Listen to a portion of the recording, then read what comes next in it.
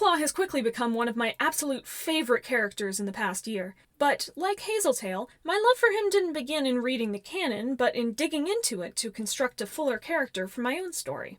When we think about Thornclaw, we're going to have to deal with a series of clashing traits. He's dutiful, but critical of leadership. He's a caring, skilled mentor, but has such an acute distrust for anything outside the ordinary that he will speak out against those in need. He doesn't show any personal ambition, yet he has a vested interest in the way the clan is run.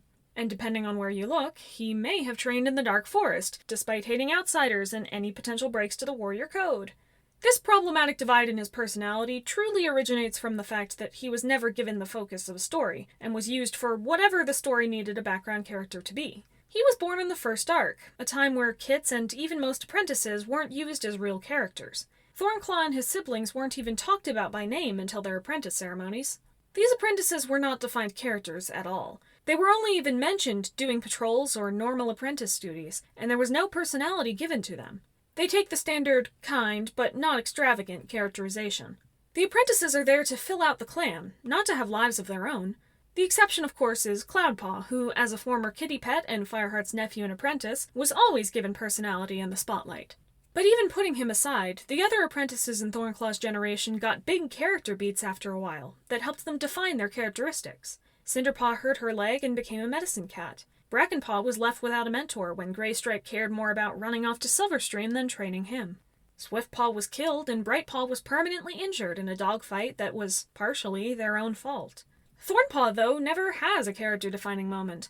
He's become a staple background character, still alive and being used in the latest material, but in all that time, he was never given deep focus in the story.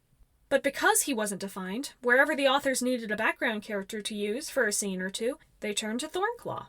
No one behind the book sat down and decided on a story for him, and how he felt about the events of his life. But with all the elements thrust onto him, maybe there's a character worth getting invested in anyway.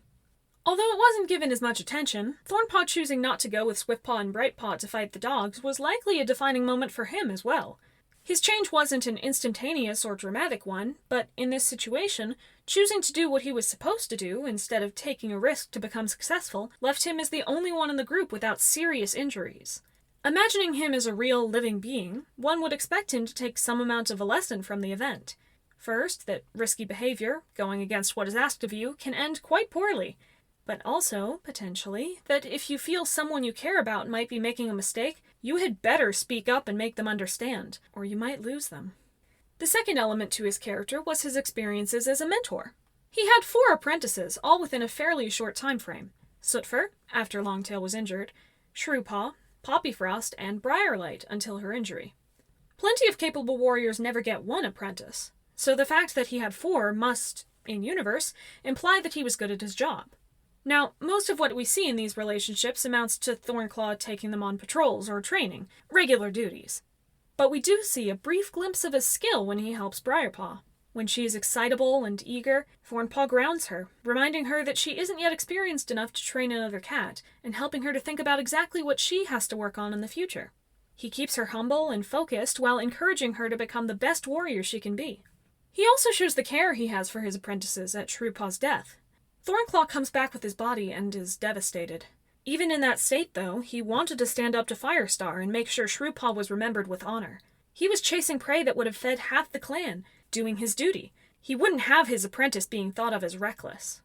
His penchant for duty and mentoring prowess would, for many other characters, cement them as a stock, good warrior character like Stormfur or Stemleaf. But Thornclaw also formed a friend group with Spiderleg and Ashfur, both of whom were at times blunt, outspoken, and often subtly or overtly cruel to those outside the clan, or those who didn't follow clan tradition.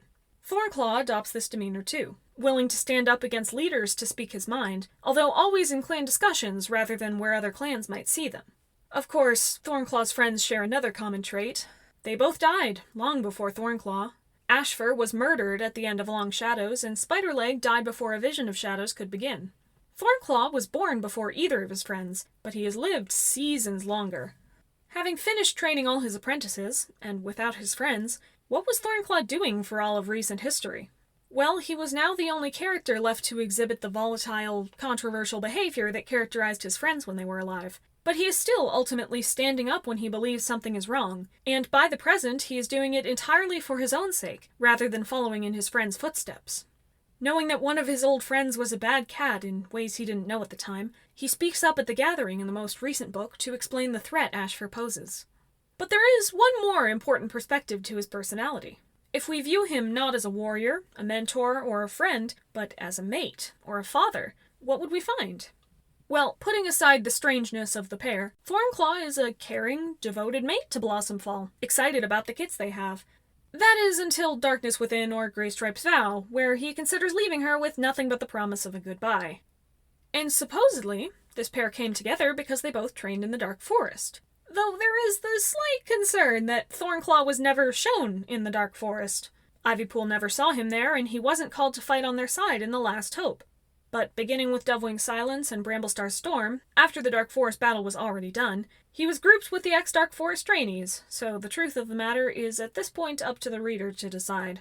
I personally don't believe he trained there, since, even putting aside the fact that he wasn't seen there, the Dark Forest's goal was bringing together cats from different clans and ignoring the warrior code, two things Thornclaw generally and canonically stands staunchly against.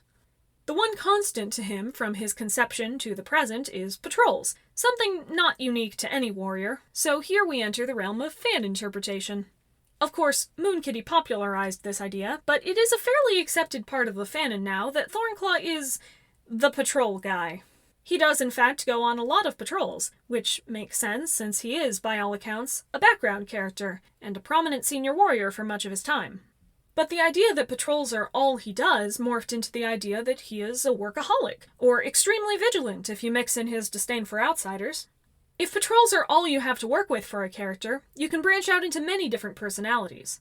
So what did I choose? Well, my personal dive into Thornclaw's character began when I decided that Brackenford shouldn't mentor Hollyleaf.